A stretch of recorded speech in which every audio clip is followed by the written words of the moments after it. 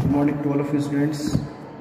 बेटा हमारा जो चैप्टर चल रहा है आपका अकाउंट्स में वो हमारा इशू ऑफ डिबेंचर चल रहा है। इशू ऑफ डिबेंचर्स, ठीक है बेटा।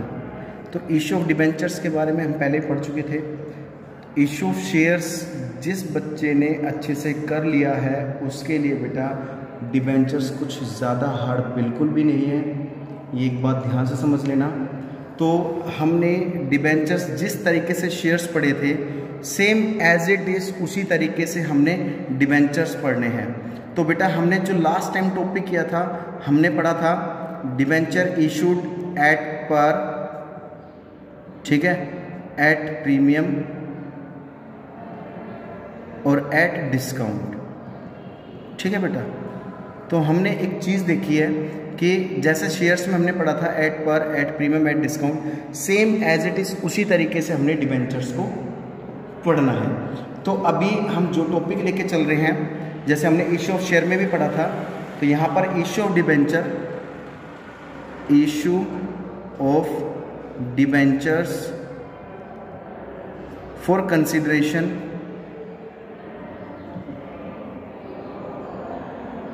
Other than cash. जिस तरीके से हमने इशू ऑफ शेयर में ये वाला टॉपिक पढ़ा था सेम एज इट इज उसी की तरह सेम यहाँ पर है। बस फर्क इतना है वहाँ पर हमारे पास शेयर्स होते थे, यहाँ पर हमारे पास डिबेंचर्स हैं। डिबेंचर्स का मतलब क्या होता है? Long term loan. जो हमारे लोन्स होते हैं वो डिबेंचर्स कहलाते हैं। देखिए अब कंसिडरेशन का मतलब क्या होता है? लेन देन।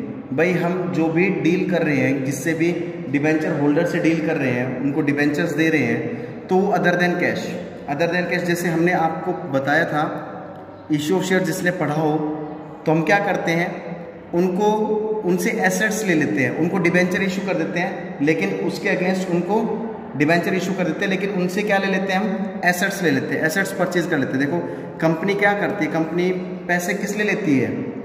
मार्केट से या जनरल पब्लिक से पैसे क्यों लेती है? क्योंकि उसको एसेट्स परचेज करनी होती है।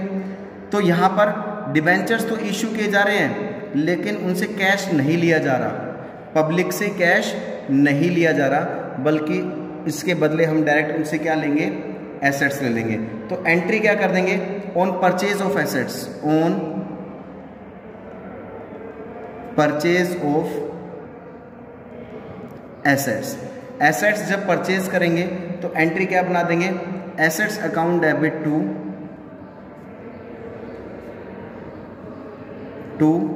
Vendor account. अब आपको पता है वेंडर, यहां पर नरेशन क्या कर दोगे? बीइंग वर्ड यूज करके एज इट इज आप लिख देना on purchase of assets, on purchase of assets, ठीक है। अब यहां पर क्या होगा कि वेंडर कौन होते हैं? जैसे मान लीजिए एक्स लिमिटेड ने वाई लिमिटेड का बिजनेस या वाई लिमिटेड से एसेट्स परचेज कर ली। एक्स लिमिटेड ने वाई लिमिटेड से एसेट्स परचेज कर ली, तो किससे परचेज की हमने? वाई लिमिटेड से। तो यहां पर वेंडर कौन कहलाएगा? Y Limited. तो यहां पर जो वेंडर है वो कौन होगा? Y limited. सेकंड, अब हमने उस वाई लिमिटेड से एसेट्स तो परचेज कर ली, लेकिन अब यहां पर उसको उसके अगेंस्ट क्या इशू करेंगे? डिबेंचर्स इशू करेंगे। यहां पर लिखेंगे for the issue of debentures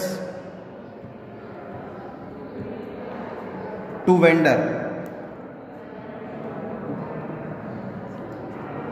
हमने यहां पर अब उस वेंडर को, भाई वेंडर से हमने एसेट्स तो परचेज कर ली, अब उसके बदले हमें क्या इशू करने? उसको डिबेंचर्स।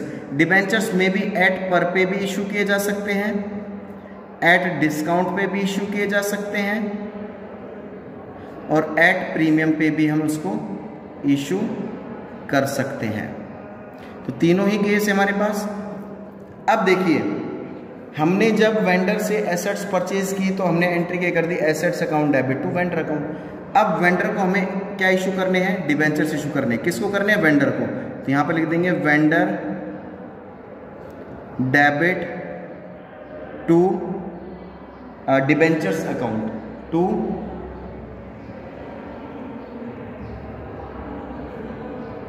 अकाउंट। ये तो किसका केस आ गया बेटा, एट पर का केस आ गया। अगर इसी को हम एट, ये तो एट पर का केस हमने कर लिया, अगर एट डिस्काउंट होता तो हम क्या करते, वेंडर डेबिट, डिस्काउंट का बैलेंस डेबिट हो जाता है, यहां दिखा देंगे discount account debit to debentures account.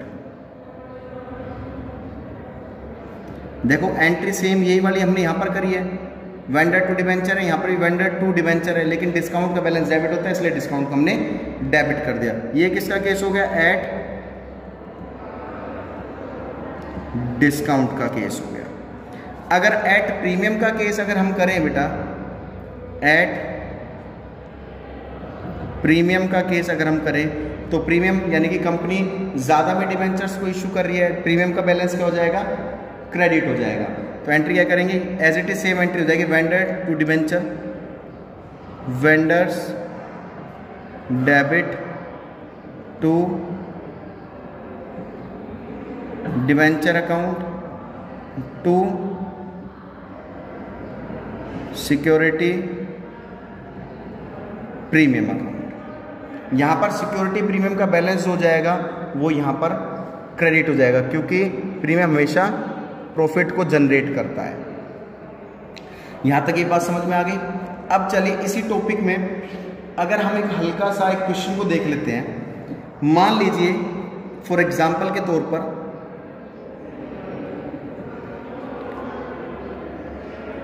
एक व्यक्ति है एक्स लिमिटेड, मान लीजिए एक्स लिमिटेड ने वाई लिमिटेड से 10 लाख रुपए की एसेट्स परचेज करी है। किसने किए, एक्स लिमिटेड ने वाई लिमिटेड से 10 लाख रुपए की एसेट्स परचेज की है।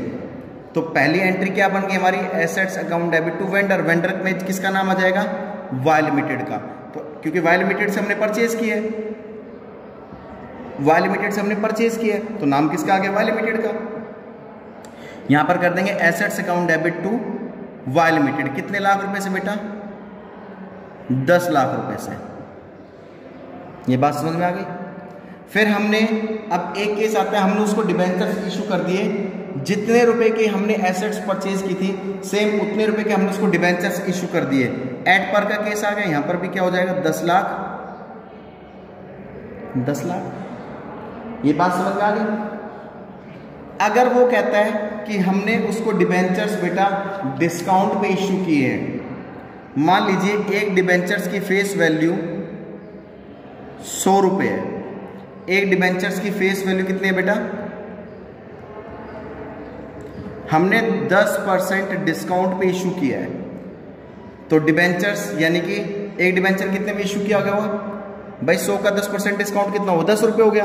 यानी कि एक डिबेंचर हमने कितने रुपए में इशू किया है, 90 रुपये में इशू किया है। ये बात समझ में आ रही है भाई, 90 रुपये में इशू किया है एक डिबेंचर हमने। तो हम क्या कर देंगे, यहां पर भाई यहां पर है ना 9 लाख कर लो,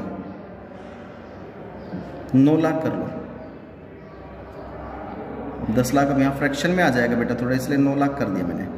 अब यहाँ 10% डिबेंचर डिस्काउंट पे इशू कर रहे हैं, तो यहाँ पर पूरा लिखेंगे 9 लाख डिवाइडेड बाय 90, क्योंकि 90 रुपये में इशू कर रहे हैं।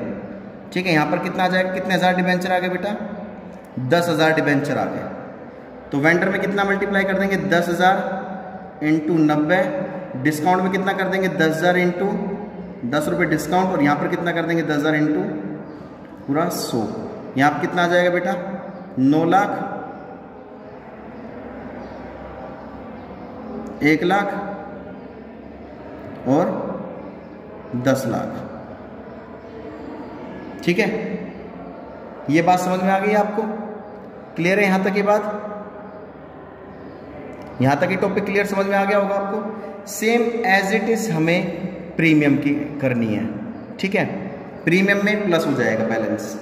ये टॉपिक आपको करके देखना, जिसने इशू ऑफ शेयर कर रखा है वो अच्छे से कर सकता है इस टॉपिक को। आपको अच्छे से पढ़ना भी है, समझना है। जिस बच्चे ने स्क्रीनशॉट नहीं लिया है वो बेटा एक बार स्क्रीनशॉट जरूर ले ले। स्क्रीनशॉट ले लिया है आपने, तो बेटा इस टॉपिक को आपको अच्छे से पढ़ना है, समझना भी है। तब तक के लिए बिल्कुल सेफ रहे, सुरक्षित रहे। जय हिंद, जय भारत।